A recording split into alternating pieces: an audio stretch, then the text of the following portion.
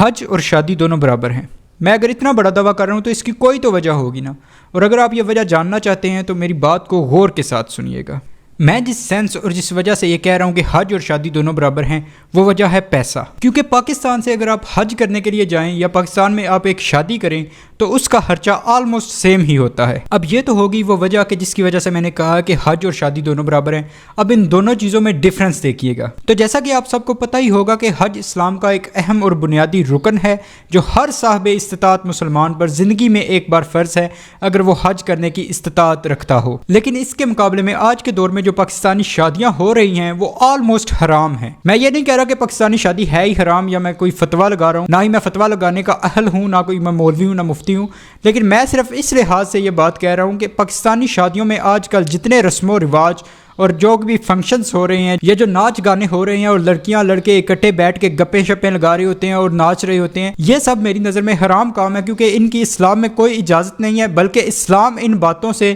منع کرتا ہے اور یہ سارے کام اسلام کے مخالف ہو رہے ہیں۔ اس لیے میں کہہ رہا تھا کہ پاکستانی شادیوں میں زیادہ تر جو رسم و رواج ہیں، جو فنکشنز ہیں، وہ حرام ہیں۔ اب ذرا غور کیجئے کہ ایک طرف ہم ایک حلال اور ایک فرض کام کو چھوڑ کر اور ایک فضول اور حرام کاموں میں ہم اپنا 10-12 لاکھ 15 لاکھ روپیہ خرچ کر رہے ہیں اور بڑی خوشی اور بڑے فخر کے ساتھ یہ پیسے ہم خرچ کرتے ہیں، لیکن ہم پر فرض ہے، جو حج ہم پر فرض کیا گیا ہے اللہ تعالیٰ کی طرف سے، وہ ہم نہیں کرتے۔ زندگی میں ایک بھی بار ہم حج نہیں کرتے، لیکن ان کاموں کے لیے ہمارے پاس پیسے ہیں۔ ذرا سوچے تو صحیح کہ کل اللہ تعالیٰ کی بارگاہ میں جب آپ جائیں گے تو اللہ اگر آپ سے یہ سوال کر لے کہ تم پر حج فرض تھا، تم نے حج کیوں نہیں کیا، تو تم کیا جواب دو گے؟ تم یہ کہو گے کہ میں صاحب استطاعت نہیں تھا، میرے پاس پیسہ نہیں تھا۔ تو اگر اللہ تعالیٰ نے کہا کہ تم نے اپنے بچوں کی 4 بچوں کی ہم شادی کر لیتے ہیں، ان پہ 10 12 لاکھ ہم لگا لیتے ہیں، ان کے لیے تمہارے پاس پیسے تھے، لیکن حج کرنے کے لیے فرض ادا کرنے کے لیے تمہارے پاس پیسے نہیں تھے، تم صاحب استطاعت نہیں تھے، تو تب کیا جواب دو گے تم؟ خدا کی قسم تب تمہارے پاس کوئی جواب نہیں ہوگا اور تم پچھتا رہے ہوگے کہ میں نے یہ اپنے ساتھ کیا کر لیا ہے۔ فار ایگزامپل ایک بندے کے 4 بیٹے ہیں، 4 بیٹیاں ہیں، ان سب کی شادیوں کے لیے اس کے پاس پیسے ہیں، اس نے ہر بیٹے کی یا ہر بیٹی کی شادی پر 10 12 15 لاکھ روپے لگا دیے ہیں،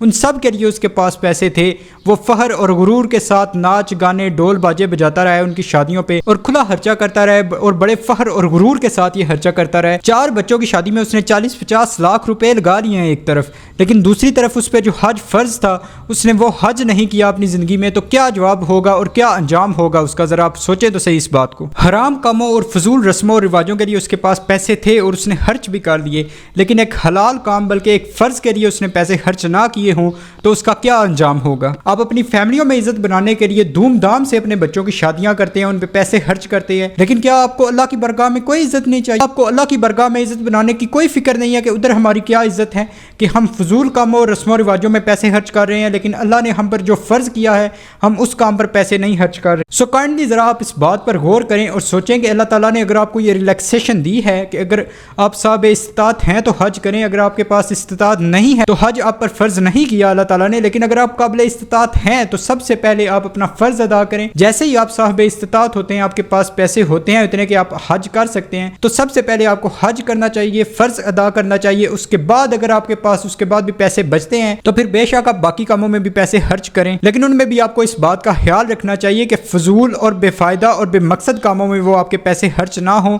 جو اسلام کے خلاف ہوں، جو بے حیائی اور بے شرمی کو پروموٹ کرتے ہوں، جیسے کہ ہماری شادیوں میں ہو رہا ہے اس وقت کے ناچ گانے ڈول باجے اور لڑکیاں لڑکے سب اکٹھے بیٹھ کر گپیں لگا رہے ہوتے ہیں اور ناچ رہے ہوتے ہیں اور پارٹیاں کر رہے ہوتے ہیں۔ تو ان کاموں میں اپنے پیسے خرچ کرنے سے گریز کریں اور اللہ تعالیٰ نے آپ کو جو مال، جو پیسے، جو دولت دی ہوئی ہے، کوشش کریں کہ اس کو نیک کاموں میں اللہ کی راہ میں زیادہ سے زیادہ خرچ کریں تاکہ وہ آپ کو اس دنیا میں بھی فائدہ پہنچائے اور آخرت میں بھی۔ تو یہ تھی ہماری آج کی ویڈیو اور ہمارا میسج۔ ملتے ہیں آپ سے کسی نیکسٹ ویڈیو میں، تب تک کے لیے اللہ حافظ۔